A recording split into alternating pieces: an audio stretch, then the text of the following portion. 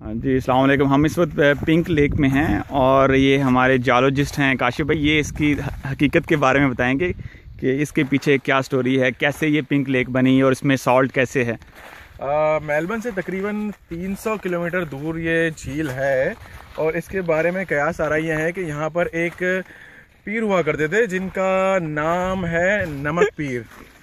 वो यहाँ पर काफ़ी अरसे तक रहे हैं और जिनकी मुनासबत से या उनके आप कह सकते हैं कि उनके उनकी वजह से यहाँ पर जो है वो ये बहुत सारा नमक आया और उसके बाद जो है यहाँ पर झील आ गई। तो इस झील के तो इसमें काशिफ भाई इसमें बताएं कि इसकी अफादियत क्या है, वो नमक पीर इसके बारे में क्या कहते हैं। ये लोग कहते हैं कि इस पानी के अंदर अगर आप जो है तकरीबन यहाँ मतलब ये देखिएगा यहाँ से ये शुरू होती है और अगर वहाँ तक ये बिल्कुल तकरीबन 3 किलोमीटर है तक जाती है।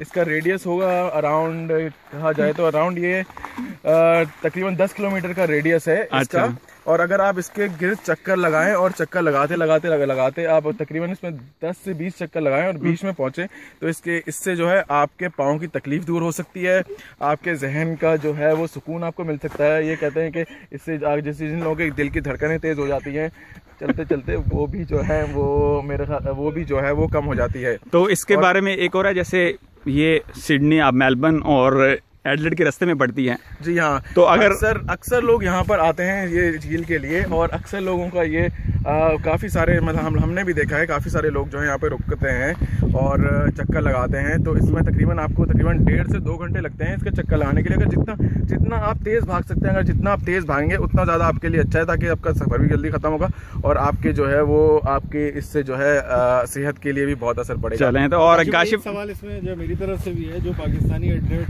पाकिस्तान टीम को सपोर्ट करने के लिए गए थे, अब वापस मेलबर्न जा रहे हैं। जी, अगर उनमें से किसी का डूब के मरने का इरादा हो तो वो क्या करे?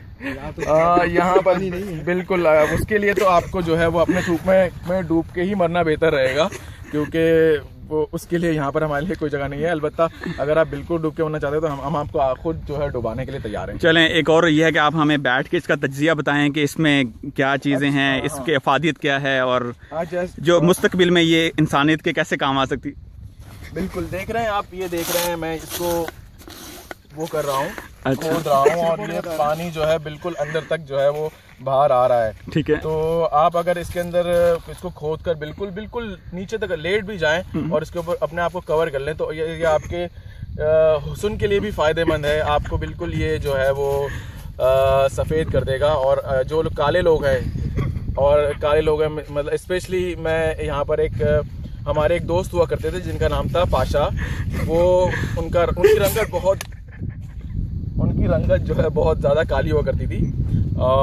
मतलब मेरे ख्याल तो उन्होंने फिर आपकी वजह से इसको ट्रीटमेंट करवाया कुछ इसका? उनकी रंगत जो है तकरीबन काफ़ी अच्छी होगी, 10 टाइम्स वेस्ट इंडीज से ज़्यादा काली हुआ करती थी।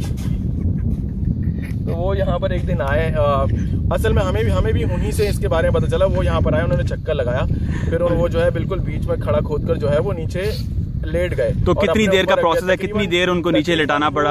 पूरी एक रात और 1.25 दिन उसके अंदर लेटे रहे और जब वो निकले हैं तो ऐसा लग रहा था जैसे आटे के अंदर से कौवा निकला हो।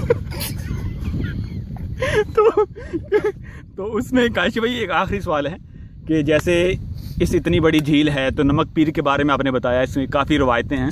तो नमक पीर जो है वो उनका कुछ मिज़ार, यहाँ पे कुछ मिज़ार है, कुछ चढ़ावा चढ़ाने के लिए या कुछ धागा बांधने के लिए? नमक पीर जो हुआ करते थे वो असल में यहाँ पर तकरीबन ऑस्ट्रेलिया एबॉर्जिनीज जो है, अच्छा, उनसे पहले यहाँ पर हुआ करते थे। ठीक है, ये 1901 की बात है। तो उस वक्त जो है नमक पीर जो है यहाँ पर अपना एक छोटी सी कुटिया लगा के रहा करते थे। अच्छा, तो बस उनके जो है वो बड़े ही बुजुर्ग जाने जाते हैं ऑस्ट्रेलिया के अंदर।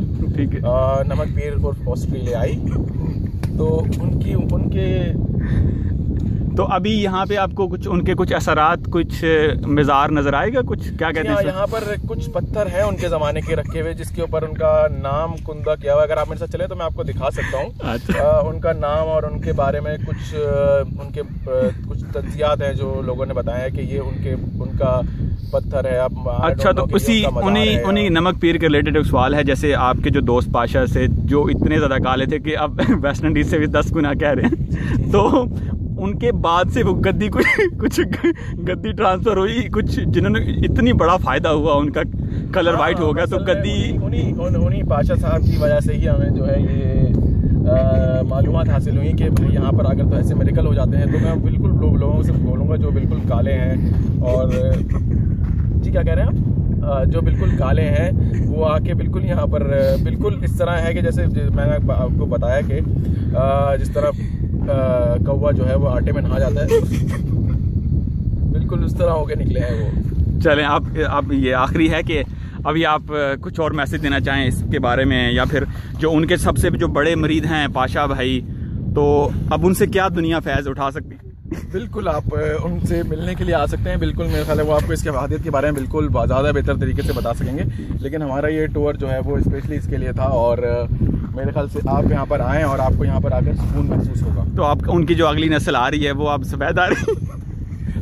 इसके बारे में मैं आपको कुछ बता नहीं सकता, ये तो वही बेहतर आपको बता सकते हैं। चलें जी, आज का इंटरव्यू इख्तिताम हुआ, बहुत शुक्रिया।